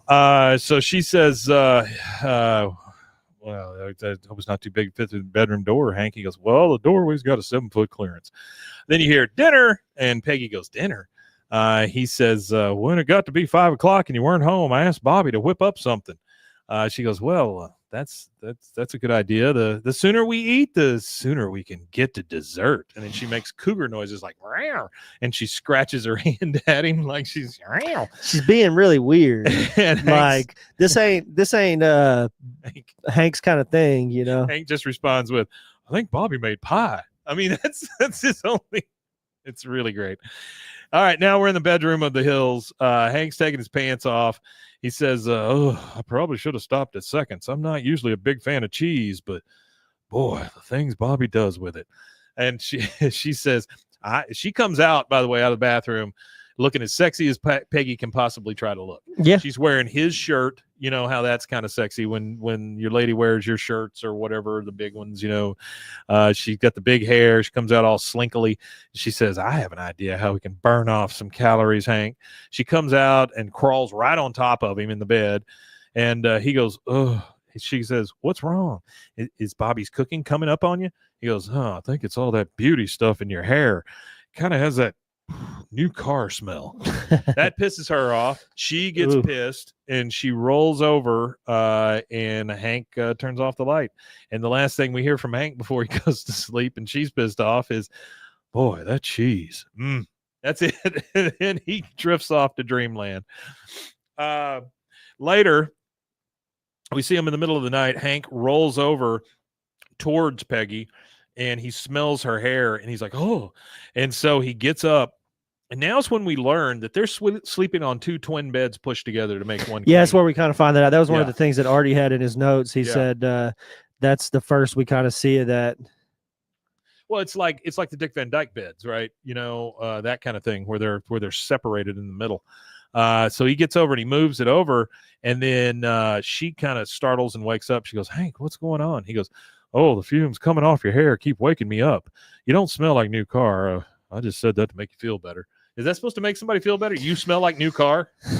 Well, it's better than you smell like shit. Well, I guess in his mind, that's one of his favorite scents. It is true. I hate that smell, honestly. It is true in the suburbs, the new car smell is the way to go. I really am Everybody not loves it. a fan of the new car smell. Anytime that I've gotten a new car, I've done It's just everything I plastic. can You're to smelling get. plastic. That's it. I've done everything I can to get rid of that Plastic and smell in my fabric. That's what car. you're smelling. So I like buying used cars because they don't smell brand new. Nathan made it says smelling like formaldehyde.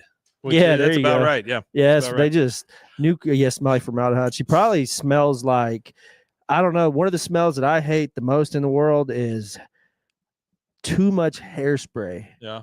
It just has its own I just don't like like smell of its hairspray. own Period. Any of it. distinct smell. It's like Used a green pen and it leaked all over my hand. it's like it's like Axe spray too. That's just like a Axe is horrible. gross. I remember Because watching kids. I taught middle school, and all middle school kids think Axe is great. I remember being in 8th grade math class watching these guys. There was like 8th grade, two there of you go. them. They would huff the propellant off of Axe cans, Sure. and all I could think about was that has to taste awful. Doesn't matter at that point. No, that has to taste Aquanet or White Diamond. White Diamond. That's my mom sent is White Diamond. Not King Diamond. White Diamond. White Diamond by Elizabeth Taylor. So comes out. Peggy And comes who's out. been dead for like 20 years She's been now. dead for a while. Yeah. He comes. Peggy comes out of the bedroom. She's pissed off. She goes, "Bobby, put away your robot and go to bed." He's filling a steam cleaner, not a robot. She goes, "I need the couch. Your father's feeling ill. I think it was something he ate." Just try, just jab. Well, he's jabbing back too, though. He's the couch jab is pretty Arthur tough. says Aquanet, and Nathan says I'm allergic to Axe. I break out in hives and pass out. Woo! Wow, that is quite a reaction. Anytime that I smell Axe, it instantly makes me crave punching hole in drywall and drinking Monsters. Sure. Yeah. So she comes out. She sees him with the steam cleaner, and she goes, "Put away your robot and go to bed. I need the couch." He goes, "Why don't you just take my bed? I got a lot of work to do out here." He starts smacking the cushions on the couch. Dirt flies up. He goes, "Was this ever an outdoor couch?" That's funny. That's hilarious. She goes, "Okay, fine. I'll sleep in your bed right into your booger wall." And she just storms off. Later, Hank comes out and he sees Bobby steam cleaning the couch and everything. He goes, "Oh, I thought I heard an upholstery shampooer." That is a very specific sound, apparently. He says, "Maybe you could use that thing to get the smell out of your mother's side of the bed. Have you seen her?" Bobby says, "She was looking for a place to sleep, so I let her have my bed." "Well, where are you going to sleep?" "I'll just crash on the couch. It's still a little wet, but it gives me an excuse to sleep in my poncho." What the hell? That's the writer's. That's It's just gold. what he's That's been looking hilarious. for. Yeah, it's Yeah, funny. it's been looking for that. That's good writing. Hank I like says, that. No. Your mother's bed is empty. Why don't you just bunk with me in the big bedroom? He goes, "Oh, I'll make caramel popcorn." He goes, "I'll turn on the TV. Such a clear night. We might be able to pick up the news from San Antonio. Their sports guy played for the Oilers for a year." Which I thought that for me, that's funny. Well, I thought it's funny that this is 2002 when this episode's released. Yeah. So it's not far from when was the digital 09, 08, something like that. So I think it's funny that they say, "Oh, if it's such a clear night, we could pick up TV in San Antonio." Yeah. Well, I remember those days though, like daytime you wouldn't, because I lived in a 2-story house growing up and my bedroom was on the 2nd floor. Yeah. And I was always fascinated with TV and radio antennas and seeing how many channels I could pick up and how far away I could listen to radio. And at nighttime I could pick up channels that I generally couldn't get in the daytime. And then I had this radio that was I had rigged up this crazy antenna thing to it with like a power booster on it and everything. Right. And I could actually listen to Waco's air traffic controller. I could hear at night. Yeah. I could hear the air traffic controller and the airplanes and stuff that it was talking to. But the Oilers moved from Houston to Tennessee in '97. So this is just a couple of years after wow. that. So damn, Yeah. I didn't realize that's not even been that long then, really, that they've been there. Yeah. 5 years later, he's talking about a guy who played for the Oilers. Yeah, because 97 and then 05 was when the Texans came to be, I think, 04, 05. Yeah. Go Texans. All right, now we go to the Artie just says Oilers, which is nice. They're both in the bed, so Bobby's in one bed and Hank's in the other bed, and Bobby says, "I didn't know your bed was made of 2 little beds." And Hank says, "Well, your mother likes her mattress firm, and I like mine extra firm. So I guess it's true. Opposites attract." That's not opposite, Hank. Yeah. Sure. He goes, "Check out the weather girl. She's looking at the wrong camera." He goes, "Oh, San Antonio." He goes, "And it's gonna rain tomorrow." And then you hear from the other room, Peggy's hearing it, and Hank's after he says it's gonna rain tomorrow, Hank says, "Why would anyone live there?" I mean, just because it's That's gonna rain. He goes, you know who'd get a kick out of this? Lady Bird. And he starts calling Lady Bird. Lady Bird sits up at the foot of Peggy's bed and leaves. He said, you hear, come here, girl. And so Peggy is truly alone in Bobby's bed now, and she is very sad. And this takes us to the second commercial break. We'll take that. I think it's sweet though. That's the most conversation that Bobby and Hank have had. Sure. And this is halfway through the show. Well, We're literally at the halfway point. It's the most get conversation. Peggy the hell out of there. They can have a conversation. Yeah. You know? Well, I think it's I think it's funny because generally Hank would be dogging him for cooking and cleaning and all that, but as long as he could call it a buddy instead of a cozy, he's all right with it. All right, this is our second commercial break, and theirs as well. We'll take this, and we will be right back.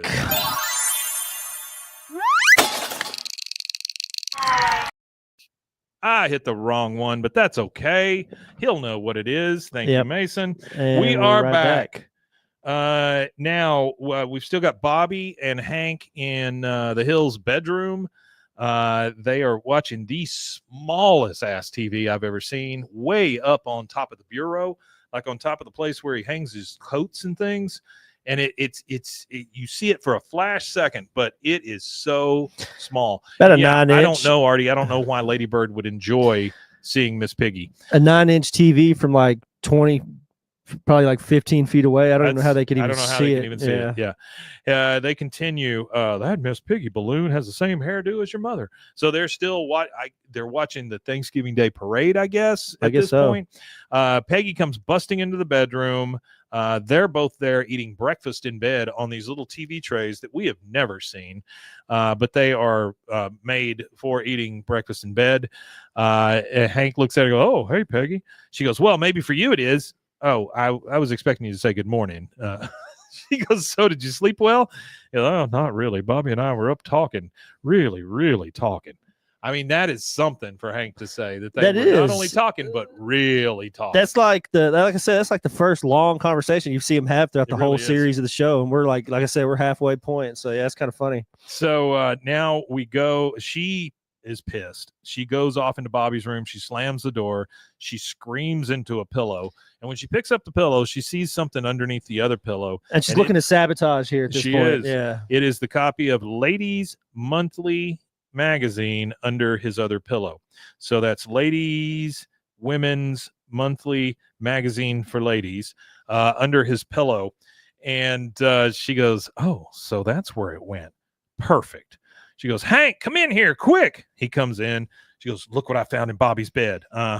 It's a ladies magazine, and that is not my opinion. It says right there in the title. It says, "You were right about home ec. Hank, it's ruining Bobby. Every perfume ad has been scratched and sniffed, and his horoscope says that this is a good week for him to meet the man of his dreams." She goes, "If you ask me, Hank, that boy ain't right." That's the first time I've ever heard her say that. That is Hank's line, and that's the first time I've ever heard her. That's the first time you hear that. Well, if you ask me, that boy ain't right. Yes. When she woke up, she did have an M&M doll stuck in her hair, by the way, when she first got up. That's a good point, Artie. That is the first time I've ever heard her say that. But yeah, that's it. That's the very first time. Hank says, "Bobby, get in here now." He's looking in the magazine. He goes, "What's up, Dad?" He goes, "Son, do you think you can make this buttermilk basted turkey?" I mean, that's all he cares about. Make this recipe. He goes, "Well, that recipe takes 24 hours. Good thing I started on it last night," is what he says. Like, who's buying all this food, though? I know shit. That's right? what I'm saying. "Oh, I thought you were getting up to use the bathroom a lot. You know what? Let's have Bobby handle the whole meal," he says to Peggy as Bobby leaves. She goes, "What? But every year," he goes, "This year, the only thing you'll have to do is get hungry, just kick back on the couch now that it's fit to sit on." That's a jab too. Yeah. Now that it's fit to sit on. Bobby sticks his head back in. "Oh, Dad, where's the turkey platter? I want to start the radish roses." He goes, "Oh, it's in the garage in a box marked." Now get this, in a box marked winter, holiday, poultry, serving dishes. Going back to the autism argument. That is like it's super specific. Most specific box ever. "Here, I'll help you find it." And he goes. And then Bobby says to her, "Mom, you mind popping my bird in? Don't worry, the racks are set and the oven's already preheated. It's idiot proof." And then he leaves, and good God, is she mad. She's so pissed, angry. Yeah. Woo boy. All right, so she goes to the kitchen. She tears open the fridge. She grabs the turkey. She slams the fridge back. She throws the turkey in, and then she looks at it and she goes, "You know what? They don't deserve us." And she grabs the turkey and she runs out the front door. She sneaks out, but then she gets behind. She sees that she is blocked in. She goes, "Oh, boxed in." So her car is there and Hank's truck is right behind it. Yeah. She looks over. She sees a bicycle up against a tree. And then Bill comes walking up. So she has to hide behind the tree real quick. He comes up and asks Hank, "Did I fix a hole in my roof the last few days?" Hank looks at it and goes, "Well, it still looks pretty bad. So maybe. Why?" He says, I can't buy any Thanksgiving food because my bank account is empty and I can't remember what I spent it on. And then Dale comes walking up. "It's empty because I cashed your check, Bill, which did not clear for the full $1 million. Bill says, "But that check was a joke, just like the bet. It was a joke. I laughed. We had a legitimate oral contract entered to fully and freely when I said betcha, and you said, I quote, 'You're on.'" Hank says, "Dale, stop talking like a lawyer and just give Bill his money back." Because what's the point? Bill would probably just go and spend it on something stupid like himself. That's funny. As he says that, we see Peggy ride off with the turkey. She's on this damn bicycle riding down the street. Don't know what her plan is. She just wants the hell out of there and she wants to sabotage whatever the hell's going on. She crashes in the middle of the street, dumps the turkey, stuffing goes everywhere. She scoops it back up, throws it back into the turkey. The turkey is looking pretty damn rough at this point. Next thing, we see her still riding on this bike with the turkey, this dirty turkey. And she goes to an apartment. She goes to the door, knocks on the door. The hairdresser answers, and he goes, "Peggy, oh, I didn't see the haircuts." Oh, shit, where'd my German accent go? I don't know. "Peggy, oh, I see my haircut was a success. Your Hank, he ravaged you last night. Yes?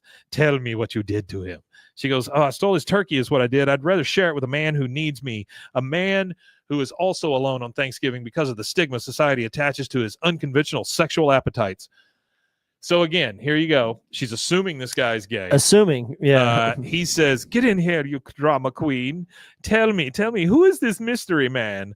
And then Peggy looks over and there's a woman breastfeeding a baby walking up. She goes, "Who the hell is she?" It's Peggy Hill. "This is my wife, Claudia, and my little angel, Brett."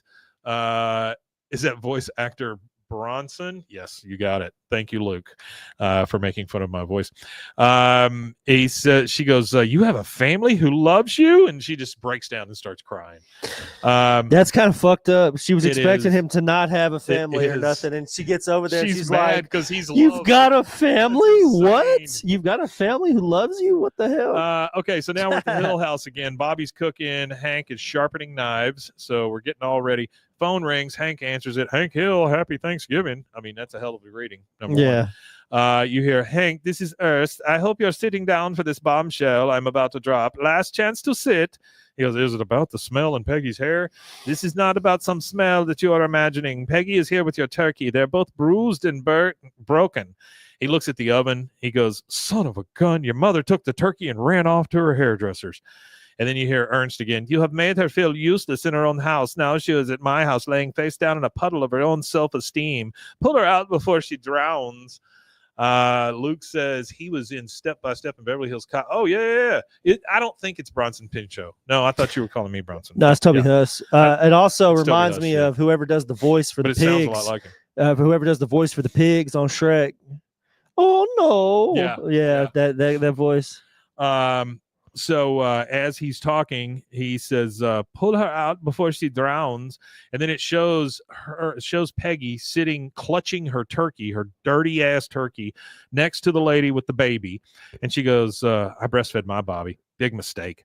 And then you see him, you see Hank hang up. He goes, "Bobby, I need you to do two things I pray you'll never have to do again. Tape the Cowboys game and give me an apron." Tape the Cowboys game. That's the biggest one right there. That's funny. Later, we see Ernst drive up. He's got Peggy in his car. He drops her off at the front door. Hank opens the front door. He is dressed like he's going to church. He looks great. She looks effing terrible. He goes, "Hello, Peggy." She goes, "I'm sorry, I'm so underdressed, Hank. I see you and Bobby decided to go formal." He goes, "No." He brings her in. He goes, no, I sent Bobby to the neighbors, but first we whipped up some of our favorite dishes. He turns on the light, and all of her food is sitting there around that terrible-ass, dirty, funky centerpiece. And he goes, happy Thanksgiving. She looks around, and she goes, fried pork chops, Frito pie with Wolf Brand chili. There it is again. Spa Peggy with meatballs. He goes, and a half a bottle of our wedding wine. And he pours her a glass. And she goes, so you don't even need me to make spaghetti or Spa Peggy? He goes, nope, I guess not, but that's okay. I didn't marry you because I needed someone to cook and clean for me. I married you because, the love. She goes, oh, Hank. He goes, your hair smells much better now, like stuffing. And Which then we get the I would rather smell stuffing than whatever the hell her hair I would did rather smell like. it. Luke says, huge miss by not having Cotton in this episode. In some I capacity. agree. I think you're absolutely I think this right would have been about a good episode to have Cotton in. Yeah. Because I think Cotton would have shit on Peggy and like boosted Bobby up. That's the thing I like. That's the only thing that I do like about Cotton as like a character is how much he loves his grandson. So we get the credits, and then halfway through the credits, we get Bill and Bobby sitting at Bill's house, and he goes, Bobby, this is the best Thanksgiving dinner I've ever had. Ooh, let's do the wishbone. And they hold up the wishbone, and he and Bobby try to break it, and he goes, this is for $1 million. They break it, and he goes, okay. And then Bill says, I won. You owe me $1 million. And then out of nowhere, Dale steps in. Correction, you owe me $1 million. And then Bill looks at him and goes, I'm so sorry, Bobby. He made me do it. It was all a setup. Like they're going to get $1 million from a child. Yeah, they're not getting $1 million from anybody. Oh, my God. Then just after all the credits, Utah we hear, steak quarters. Yeah, after all the credits, we hear Hank say, boy, that cheese. That cheese. Mm-hmm. And that is it, guys. That is the entirety of Season 7, Episode 46, ABE01, Good Die Normal Genes, aired November 24, 2002. And it is episode 129. Yeah. And we halfway have through 129 episodes we are now to go. officially halfway through because we finished this episode. So now we're over halfway through now. Oh, are we? Yeah. I thought you said 129 and 129. Oh, sorry. Yes. Yeah. Yeah, we're the next middle. episode. My bad. Yeah. My math's off. Make sure you listen on Friday. We have a special guest. Nathan made it. He's going to come on here and talk about his art. And I think you'll really enjoy that. He's got a lot of mashup stuff and cool stuff. Sure you check out all of his things. Artie, thanks for all your help. Luke, thanks for being here. Nathan, thanks for being here. I will made it. Or I will through here. I was in a box. Thank I was you for in a being box. Here. Yeah. Blah, blah, blah, blah, blah, blah, blah, blah, blah. Yeah. Thank you for everybody that Mike hangs out on the Hamilton, lives. oh wait, that's me. Thank you for being here. Rusty Shackelford, thank you for being here. All of you, thank you so much. Any of you that are still here watching, we really appreciate it. Hey, one thing I'd like for you to do is check out Swimmer's Ear, a podcast that Rusty and I normally do. Mason and I have been doing it here lately because Rusty's been feeling a little under the weather. Yeah, I'll be back eventually. He'll be back. And then also check out TexasCreatorAwards.com. Please vote for your favorite Texas creator. Whatever they create is great. Thank you guys for giving us the hearts. We really appreciate it, Luke. Yeah, Thank Luke, you always for doing this. We really appreciate we you. Appreciate we that. Without you guys here. We appreciate you, Luke. Without you guys, we would just be two dudes talking to each other. Absolutely. You got it. All right. That is all I got, I believe, unless you want to tell them where they can find us. Yeah, you can find us at bwaaa. That's 3 A's, KOTH. And that's pretty much any social media that you could think of except for Rumble and Truth Social. Yeah. On there, we're under different handles. We are not. Thank you guys for joining us, and we will see you next time. Just one thing left to say. We Matanye. We Matanye, indeed, mofo. We need to get Winnie.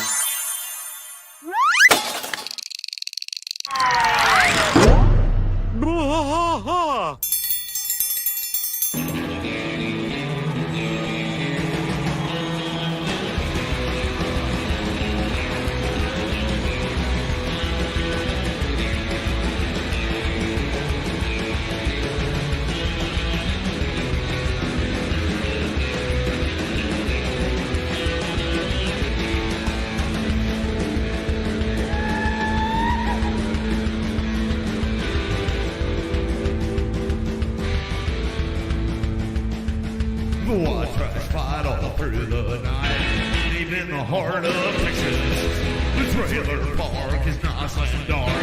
Deep in the heart of Texas, that drinks his brew and he spits his chew. Deep in the heart of Texas, heart of